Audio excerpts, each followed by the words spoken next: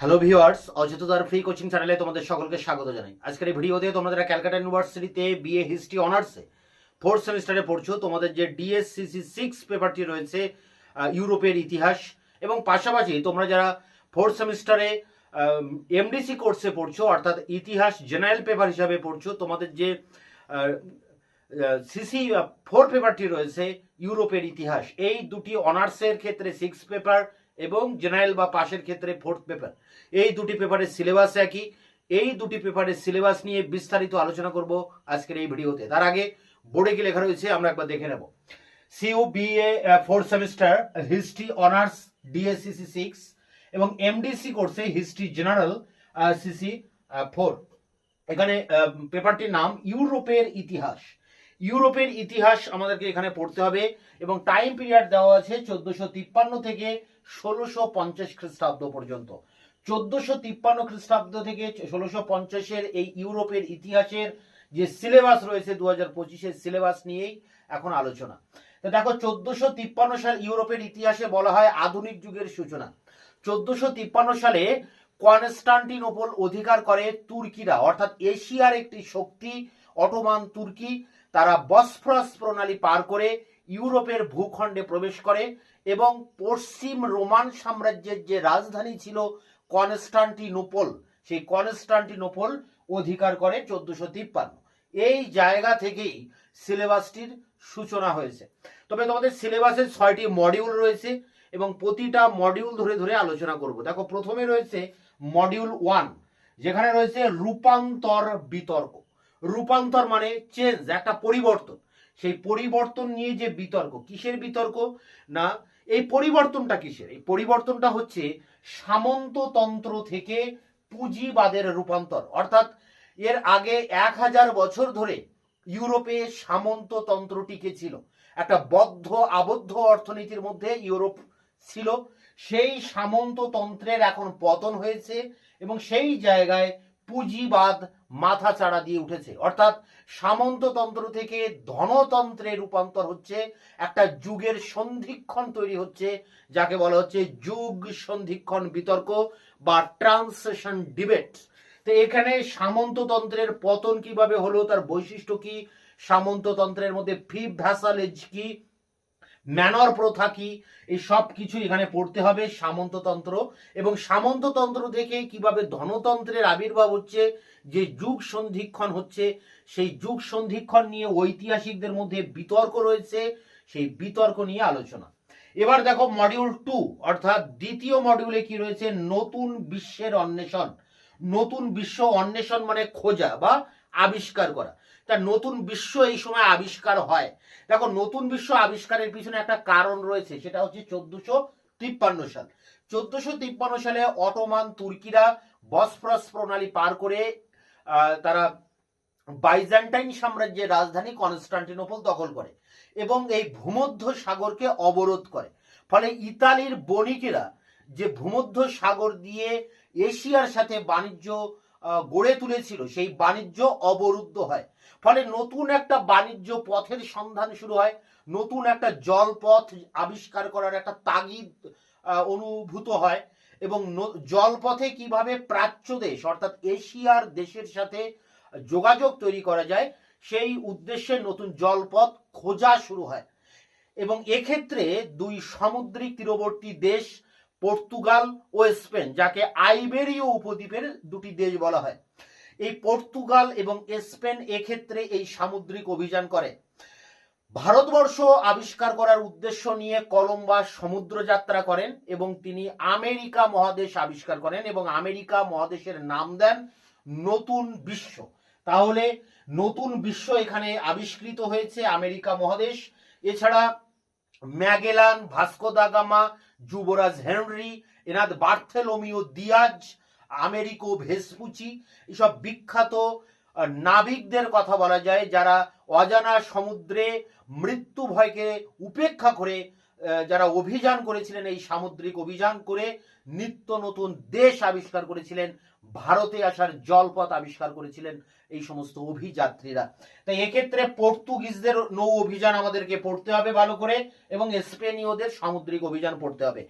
Spain দক্ষিণ America আবিষ্কার করে এবং দক্ষিণ আমেরিকায় গিয়ে তারা উপনিবেশ তৈরি করে সেখান থেকে সোনা অন্বেষণ শুরু করে। তাই স্পেন এবং পর্তুগিজদের এই নৌ অভিযানের উদ্দেশ্য ছিল তিনটি। 3G প্ল্যান বলা হয়। প্রথম জি মানে এখানে গড, মানে ঈশ্বরের মহিমা, খ্রিস্ট ধর্মের মহিমা প্রচার করা। সেকেন্ড জি মানে গোল্ড, অর্থাৎ সোনা খোঁজার উদ্দেশ্যেই অভিযানগুলো হয়েছিল। এবং 3G 3 নম্বর জিটি হচ্ছে গ্লোরি, অর্থাৎ গৌরব অর্জন করার উদ্দেশ্যে এই সামুদ্রিক অভিযানগুলো পরিচালিত হয়েছিল। তাই এই সামুদ্রিক অভিযানের পিছনে সোনা এবং ধর্মপ্রচার একটা গুরুত্বপূর্ণ ভূমিকা নিয়েছিল। তাহলে সামুদ্রিক অভিযানের উদ্দেশ্য কি সেটা আমাদেরকে পড়তে হবে, এবং এখানে পর্তুগালের সামুদ্রিক অভিযান, স্পেনের সামুদ্রিক অভিযানও আমাদেরকে পড়তে হবে। পাশাপাশি কলম্বাসের আমেরিকা আবিষ্কার, এই সামুদ্রিক অভিযানের সময়ে মানচিত্র তৈরি করা হয়েছিল, সেই মানচিত্রের যে তৈরি করার ইতিহাস সেটাও আমাদেরকে এখানে কিন্তু পড়তে হবে। এরপরে দেখো রয়েছে মডিউল 3, বলা হচ্ছে নবজাগরণ, নতুন করে জেগে ওঠা।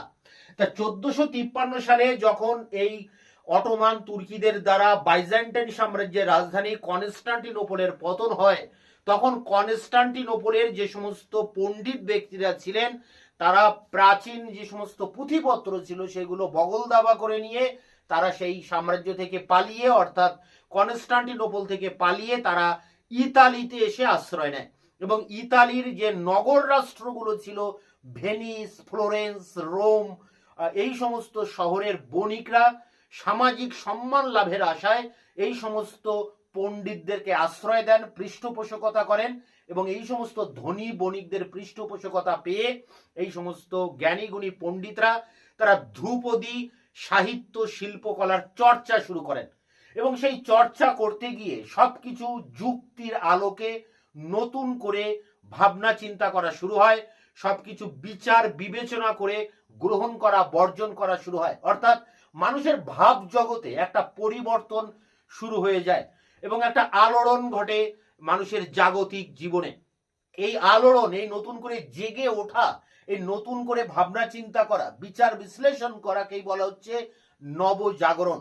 যেহেতু ইতালিতে হয়েছিল, তাই কেন ইতালিতে প্রথম নবজাগরণ হয়েছিল সেটা আমাদেরকে বলতে হবে বা পড়তে হবে। এবং ইতালির মধ্যে উত্তর ইতালিতেই আগে হয়েছিল, বিশেষ করে ফ্লোরেন্স এবং ভেনিস, এই দুটি নগরেই নবজাগরণ হয়েছিল। এবং নবজাগরণের সূত্র ধরে যে জিনিসটা আসে তার নাম মানবতাবাদ, অর্থাৎ মানুষের জয়গান করা। এতদিন খ্রিস্টান চার্চগুলি ধর্মের দ্বারা মানুষকে আবদ্ধ করে রেখেছিল, মানুষের উপরে দেবতাকে চাপিয়ে দেওয়া হয়েছিল যে মানুষের সবকিছু নিয়ন্ত্রণ করে ভগবান ঈশ্বর নিয়ন্ত্রণ করে, অর্থাৎ মানুষকে দৈবের অধীনে রাখা হয়েছিল। কিন্তু এখন যেহেতু যুক্তির বিশ্লেষণের ভিতর দিয়ে মানুষ এই ধর্মের বন্ধনকে ছিন্ন করে নতুন করে ভাবতে শেখে এবং সেখানে মানুষের জয়গান করা হয়, বলা হয় যে মানুষ ঈশ্বর নির্দেশিত নয়, মানুষ স্বনির্দেশিত, স্বপরিচালিত, অর্থাৎ সে নিজের দ্বারা পরিচালিত, অর্থাৎ মানুষকে মুক্ত বলে ঘোষণা করা হচ্ছে, মানবতার জয়গান করা হচ্ছে, তাই একে বলা হচ্ছে মানবতাবাদ। এখন এই মানবতাবাদ এবং নবজাগরণ স্বাধীনভাবে এই সমস্ত বিষয়গুলি চর্চা করার ফলে শিল্প, স্থাপত্য এবং সাহিত্যের উপরে এর ব্যাপক প্রভাব পড়ে। আমরা সাহিত্যের ক্ষেত্রে শেক্সপিয়ারের কথা বলতে পারি, চসারের কথা বলতে পারি, কান্টের কথা বলতে পারি, আরো মিল্টনের কথা বলতে পারি। একাধিক কবি তারা কালজয়ী উপন্যাস লেখেন এই নবজাগরণের যুগে। আবার শিল্প সংস্কৃতির ক্ষেত্রে অভূতপূর্ব অগ্রগতি ঘটে লিওনার্দো দা ভিঞ্চির হাত ধরে, মাইকেল অ্যাঞ্জেলোর হাত ধরে, রাফালের হাত ধরে। তো এইভাবে নবজাগরণ ও মানবতাবাদের প্রভাব শিল্পকলার উপরে গিয়ে পড়ে এবং সেটা কতটা পড়ে সেটা আমাদেরকে পড়তে হবে। তাহলে এই ইউনিট থেকে প্রশ্ন হয় ইতালিতে কেন নবজাগরণ হয়েছিল, মানবতাবাদটা কি তার উপরে একটা বড় প্রশ্ন হয়, আবার শিল্প, স্থাপত্য, সাহিত্যের উপরে নবজাগরণ কতটা প্রভাব ফেলেছিল সেটাও কিন্তু একটা প্রশ্ন হয়। এরপরে যে মডিউলটা আমরা দেখবো, দেখো 4 নম্বর মডিউল, সেখানে কি বলা হচ্ছে সংস্কার আন্দোলন। সংস্কার আন্দোলন মানে ধর্ম সংস্কার আন্দোলনের কথা বলা হচ্ছে। এই সময় বলা হয়েছে যে এই সময় ধর্মের ভিতরে, খ্রিস্টান ক্যাথলিক ধর্মের ভিতরে নানা রকম কুসংস্কার, কদাচার, অনাচার, ব্যভিচার পর্যন্ত প্রবেশ করেছিল। জার্মানির উইটেনবার্গ বিশ্ববিদ্যালয়ের ধর্মতত্ত্বের অধ্যাপক মার্টিন লুথার প্রথমে এটি লক্ষ্য করেন, খ্রিস্টান ক্যাথলিক ধর্মের ভিতরে এই সমস্ত অন্যায় নিয়ম নীতি প্রবেশ ঘটেছে, অত্যাধিক যাগযজ্ঞ অনুষ্ঠানের প্রবেশ ঘটেছে, ধর্মের যে মূল বিষয়বস্তু থেকে ধর্মের আচরণ অনেকটা সরে গেছে। ফলে ধর্মকে সংস্কার করা প্রয়োজন। বিশুদ্ধভাবে ক্যাথলিক ধর্মকে দাঁড় করাতে গেলে এই ধর্মের মধ্যে যে সমস্ত অনাচার, কদাচার বা যে সমস্ত কুসংস্কার প্রবেশ করেছে সেগুলোকে দূর করতে হবে। এই উদ্দেশ্য নিয়ে তিনি 91টি যুক্তি বা প্রশ্ন লিখে তিনি উইটেনবার্গের গির্জার দেওয়ালে সেঁটে দেন, প্রচারের মতো, পোস্টার মারার মতো। একে বলা হয় 91 থিসিস। এবং মার্টিন লুথার সেখানে প্রশ্ন করেন, ধর্মের প্রধান যিনি ছিলেন খ্রিস্টান ধর্মের পোপ, সেই পোপকে পোপের বিরুদ্ধে তিনি এই সমস্ত প্রশ্নগুলো করেন এবং পোপকে অস্বীকার করেন। এছাড়া খ্রিস্টান ধর্মে সেই সময় পাপ পত্র বা মার্জনা পত্র বিক্রি করা হতো। কোনো ব্যক্তি যদি অপরাধ করে থাকেন, কোনো রকম অন্যায় করে থাকেন, সেই অন্যায়ের পরিমাণের উপর ভিত্তি করে একটা নির্দিষ্ট পরিমাণ টাকা চার্চে জমা দিয়ে একটা টিকিট ক্রয় করলে তার পাপ খণ্ডাত বা সে পাপ থেকে মুক্তি পেত। তো এইভাবে পাপ পত্র বিক্রি করতেন রোমের ভ্যাটিকান সিটিতে অবস্থানরত পোপ এবং তার আন্ডারে যে সমস্ত আর্চ বিশপ, ক্যান্টর বিশপ বা বিশপরা বা ফাদাররা থাকতেন, যাজকরা থাকতেন, তারা। এই ব্যবস্থার বিরুদ্ধে মার্টিন লুথার তীব্র প্রতিবাদ করেন, একাধিক গ্রন্থ লেখেন এবং মানুষের মধ্যে প্রচার করতে থাকেন। ফলে একটা ধর্মের ক্ষেত্রে একটা সংস্কার আন্দোলন জার্মানিতে শুরু হলেও তা অচিরেই সারা ইউরোপে ছড়িয়ে পড়ে। বিভিন্ন দেশে ধর্ম সংস্কার আন্দোলন দেখা দেয় এবং একটা নতুন সংস্কারিত খ্রিস্টান ধর্ম মাথা চাড়া দিয়ে ওঠে, যার নাম প্রোটেস্ট্যান্ট ধর্ম। তাহলে খ্রিস্টান ধর্ম দুটো ভাগ হয়ে যায়, একটা প্রাচীন গোড়াপন্থী রক্ষণশীল ক্যাথলিক ধর্ম আর একটা সংস্কারিত প্রোটেস্ট্যান্ট ধর্ম, যার প্রাণ পুরুষ ছিলেন মার্টিন লুথার। এখন মার্টিন লুথারেরও অনেক সহযোগী ছিলেন, যেমন জন ক্যালভিন, উইং লি, ইরাসমাস, এরকম বিভিন্ন ব্যক্তিরা ছিলেন যারাও কিন্তু এই ধর্ম সংস্কার আন্দোলনে মার্টিন লুথারের সহযোগী ছিলেন। এবং এদের উপরেও আমাদেরকে পড়তে হবে, মার্টিন লুথারের উপরে পড়তে হবে, জন ক্যালভিনের উপরে পড়তে হবে। কেন ধর্ম সংস্কার আন্দোলন জার্মানিতে দেখা দিল প্রথম, সেটাও আমাদেরকে পড়তে হবে। এবং ধর্ম সংস্কার আন্দোলন কিছুদিন চলার পর এর ভিতরে একদল সংস্কারপন্থী লোক, অর্থাৎ মার্টিন লুথারেরই অনুগামী, তারা উগ্র মানসিকতার জন্ম দেয়। তারা সমস্ত পুরনো ধর্মকে ভেঙে তছনছ করে দিয়ে সেখানে একটা নতুন ধর্ম তৈরি করতে চেয়েছিল। এই উগ্র মানসিকতার জন্য তাদেরকে বলা হয় উগ্রবাদী ধর্ম সংস্কার পথ নেতা বা তাদের যে দল, বা এখানে বলা যায় প্রোটেস্ট্যান্ট ধর্ম সংস্কার আন্দোলন, বা বলা যায় প্রতিবাদী ধর্ম সংস্কার আন্দোলন বা উগ্রবাদী ধর্ম সংস্কার আন্দোলন। এরা মার্টিন লুথারের অনুগামী, তবে এরা ছিলেন খুবই ধ্বংসাত্মক চিন্তা ভাবনা। তারা সবকিছু ভেঙে নতুন করে গড়ে তুলতে চেয়েছিলেন। ধর্ম সংস্কার আন্দোলন যখন আমাদেরকে পড়তে হয়, তখন ইংল্যান্ডের ধর্ম সংস্কার আন্দোলনও আমাদেরকে পড়তে হয়। ইংল্যান্ডে ধর্ম সংস্কার আন্দোলন হয়েছিল রাষ্ট্রের তরফ থেকে, অর্থাৎ রাজা স্বয়ং ধর্ম সংস্কার আন্দোলন পরিচালনা করেছিলেন। ইংল্যান্ডেই একমাত্র এই ঘটনাটি ঘটে। তাই ইংল্যান্ডের ধর্ম সংস্কার আন্দোলন ছিল একটা রাষ্ট্রীয় পদক্ষেপ, এমনটাই মনে করেন ইংল্যান্ডের এক স্বনামধন্য ঐতিহাসিক স্যার জিওফ্রে এলটন। এই জিওফ্রে এলটন বলেছিলেন যে ইংল্যান্ডের ধর্ম সংস্কার আন্দোলন ছিল একটি রাষ্ট্রীয় পদক্ষেপ। তাই এই ইউনিটে আমরা সংস্কার আন্দোলন, বিশেষ করে ধর্ম সংস্কার আন্দোলন, ইংল্যান্ডের ধর্ম সংস্কার আন্দোলন, মার্টিন লুথার, জন ক্যালভিন, এই সমস্ত বিষয় পড়ব। এর পরে যে মডিউলটা আছে, মডিউল 5, অর্থনৈতিক উন্নয়ন, অর্থাৎ অর্থনীতির অগ্রগতি। অর্থনীতির অগ্রগতি কেন হয়েছিল? প্রথম মডিউলে বলা হয়েছে সামন্ততন্ত্র থেকে ধনতন্ত্র বা পুঁজিবাদের আগমন। যেহেতু পুঁজিবাদের আগমন হচ্ছে, তাই অর্থনৈতিক ক্ষেত্রে উন্নয়ন হচ্ছে। এছাড়া আগে অর্থনীতি পরিচালিত হতো ভূমধ্য সাগরে, কিন্তু তুর্কিরা ভূমধ্য সাগর অবরোধ করায় এখন নতুন জলপথ আবিষ্কৃত হয়েছে আটলান্টিক মহাসাগর দিয়ে এশিয়ার ভূখণ্ডে। এখন এই আটলান্টিক মহাসাগরে তাহলে বাণিজ্যের কেন্দ্রটা সরে যায়, ভূমধ্যসাগর থেকে বাণিজ্যের কেন্দ্র সরে গিয়ে আটলান্টিক মহাসাগরে গিয়ে অবস্থিত হয়, ফলে অর্থনীতির ভার কেন্দ্র ভূমধ্যসাগর থেকে আটলান্টিকে চলে যায়। তো এই বিষয়টা, এই পরিবর্তনটা আমাদেরকে এখানে পড়তে হবে। এছাড়া বাণিজ্য এই সময় অনেক বেশি অগ্রগতি লাভ করে, পূর্বের তুলনায় অনেক বেশি বাণিজ্যিক ক্ষেত্রে অনেক পদক্ষেপ নেওয়া হয়, নিত্য নতুন অনেক নতুন নতুন বাণিজ্যের পথ খুলে যায়, বাণিজ্যের আদান প্রদান বৃদ্ধি পায়, ফলে দেখা দেয় বাণিজ্য বিপ্লব। এছাড়া রয়েছে মূল্য বিপ্লব, অর্থাৎ প্রতিটা জিনিসের দাম বেড়ে গিয়েছিল, জমির দাম এই সময় বেড়ে যায়, ফলে খাদ্যশস্যের দাম বাড়ে, নিত্য প্রয়োজনীয় জিনিসের দাম বাড়ে এবং মূল্য বৃদ্ধি ঘটে। এক কথায় মূল্য বৃদ্ধি, এই যে হঠাৎ করে মূল্য বৃদ্ধি হওয়া, ঐতিহাসিকরা একে বলেছেন মূল্য বিপ্লব, প্রাইস রিভলিউশন। এটাও আমাদেরকে পড়তে হবে ভালো করে। এছাড়া রয়েছে দেখো কৃষি বিপ্লব।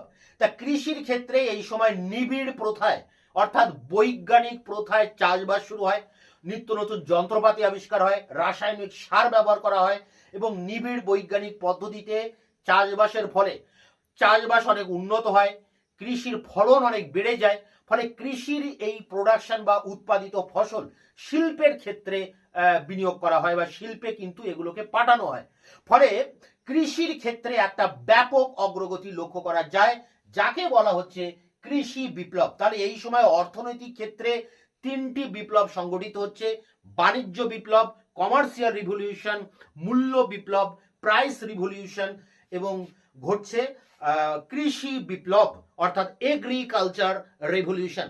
এগ্রিকালচার রিভলিউশন হওয়ার ফলে শিল্প বিপ্লবও কিন্তু ত্বরান্বিত হচ্ছে পরবর্তীকালে ইংল্যান্ডে। এছাড়া এই সময় ইংল্যান্ডের জমিগুলোকে ঘিরে মেষ বা ভেড়া পালন শুরু হয়, মেষের গায়ে যে লোম থাকে সেই পশম থেকে পশম শিল্প উজ্জীবিত হয়, ফলে পশমের চাহিদা বেড়ে যায়। ইংল্যান্ডের জমিগুলোকে ঘিরে তার ভিতরে মেষ পালন, ভেড়ার চাষ শুরু হয়, ফলে জমিগুলোকে বেড়া দিয়ে ঘেরা শুরু হয়, জমি বন্দীকরণ করা হয়। এই জমি বন্দীকরণের ফলে গরিব চাষিদের অবস্থা খারাপ হয়ে গিয়েছিল, তাদের চাষবাস অবহেলিত হয়েছিল, খাদ্যশস্যের উৎপাদন কমে গিয়েছিল, ফলে খাদ্যশস্যের আকাল দেখা দেয়, ফলে সাধারণ দরিদ্র কৃষকেরা এই জমি বন্দীকরণের বিরুদ্ধে প্রতিবাদ করেছিল, আন্দোলন করেছিল, যাকে বলা হচ্ছে জমির বন্দীকরণ আন্দোলন, ইংরেজিতে যাকে বলা হয় এনক্লোজার মুভমেন্ট। ইংল্যান্ডে এই ঘটনা ঘটে, এটা আমাদেরকে কিন্তু এই অর্থনৈতিক উন্নয়নের ইউনিটে অর্থাৎ মডিউল 5-এ আমাদেরকে পড়তে হবে।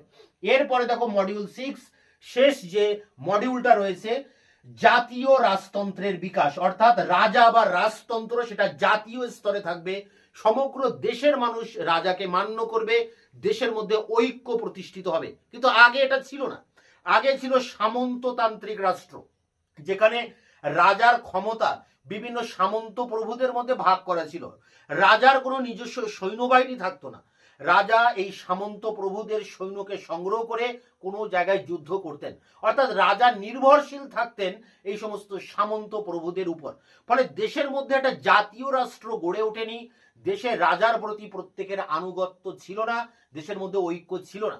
কিন্তু এখন যেহেতু এই সামন্ততন্ত্র থাকছে না, ফলে রাজারা এই সুযোগে তারা একটা জাতীয় সেনাবাহিনী তৈরি করছে, সেই সেনাবাহিনীর সাথে সাহায্য নিয়ে দেশে কর আদায় করছে এবং রাজা শক্তিশালী হয়ে উঠছেন এবং দেশের মধ্যে একটা জাতীয় ঐক্য প্রতিষ্ঠিত হচ্ছে, একটি জাতীয় রাজতন্ত্র প্রতিষ্ঠিত হচ্ছে।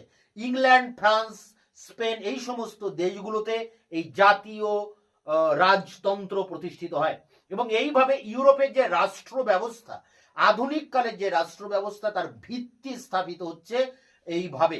তাই 6 মডিউলে আমরা এই জাতীয় রাজতন্ত্রের প্রতিষ্ঠা কিভাবে হয় সেটা পড়বো। তাহলে 6টি মডিউলে যদি আমরা সংক্ষেপে বলি কি রয়েছে, প্রথম মডিউলে রয়েছে সামন্ততন্ত্রের পতন থেকে ধনতন্ত্রের আবির্ভাব, মডিউল 2-তে রয়েছে নতুন বিশ্ব আবিষ্কার অর্থাৎ ভৌগোলিক অভিযান স্পেন এবং পর্তুগালের, এরপরে রয়েছে মডিউল 3 যেখানে রয়েছে নবজাগরণ, মানবতাবাদ, মডিউল 4-এ রয়েছে সংস্কার আন্দোলন অর্থাৎ ধর্ম সংস্কার আন্দোলন, মার্টিন লুথার, ক্যালভিন, মডিউল 5-এ রয়েছে অর্থনৈতিক উন্নয়ন অর্থাৎ কৃষি বিপ্লব, বাণিজ্য বিপ্লব, মূল্য বিপ্লব এবং ইংল্যান্ডের এনক্লোজার মুভমেন্ট, মডিউল 6-এ রয়েছে জাতীয় রাজতন্ত্রের উত্থান। এই 6টি মডিউলে কি রয়েছে আমি সেগুলো ডিটেলসে আলোচনা করলাম। এবং প্রতিটা মডিউল থেকে কোন টাইপের কোশ্চেন হয়, কি কি প্রশ্ন হয় সেটাও আলোচনা করলাম। আমি খুব দ্রুত তোমাদের যে সাজেশন অর্থাৎ অনার্সের ক্ষেত্রে ডিএসসিসি 6 এর যে সাজেশন সেই সাজেশন নিয়ে আসবো, এবং তোমরা যারা জেনারেল বা এমডিসি কোর্সে পড়ছো তোমাদের যে সিসি 4 পেপার এটি, তোমাদেরও এই পেপারের যে সাজেশন 5, 10 এবং 20 নম্বরের কোশ্চেনের সাজেশন খুব দ্রুত তোমাদের সামনে নিয়ে আসবো। এবং এই সাজেশনের প্রতিটা প্রশ্নের উত্তর আমি একটার পর একটা ভিডিও ক্লাসের ভিতর দিয়ে তোমাদের সামনে তুলে ধরবো। আমি ইতিমধ্যে অনেকগুলো প্রশ্নের উত্তর দিয়ে দিয়েছি, ভিডিও ডেসক্রিপশন বক্সে তার কিছুটা লিঙ্ক দেওয়া থাকবে, তবে সাজেশনের ভিডিওর ডেসক্রিপশন বক্সে সমস্ত কোশ্চেনের অ্যান্সার লিঙ্ক দেওয়া অবশ্যই থাকবে। তাই তোমরা অবশ্যই চ্যানেলে চোখ রাখবে এবং চ্যানেলকে সাবস্ক্রাইব করে চ্যানেলের পাশে থাকবে। তোমাদের এই 4th সেমিস্টার অনার্স এবং জেনারেল, অনার্সের ক্ষেত্রে 4টি পেপার এবং জেনারেলদের ক্ষেত্রে 2টি পেপার সিসি 4 এবং 5, তোমাদের সমস্ত পেপারগুলোর কোশ্চেন অ্যান্সার আমি দায়িত্ব সহকারে এইভাবে চ্যানেলের ফ্রি লেকচার ক্লাসের ভিতর দিয়ে তার অ্যান্সার আমি শেষে তোমাদের সামনে তুলে ধরে আমি তোমাদের এই 4th সেমিস্টার একেবারে সুন্দরভাবে কমপ্লিট করে দেব এবং পড়াবো।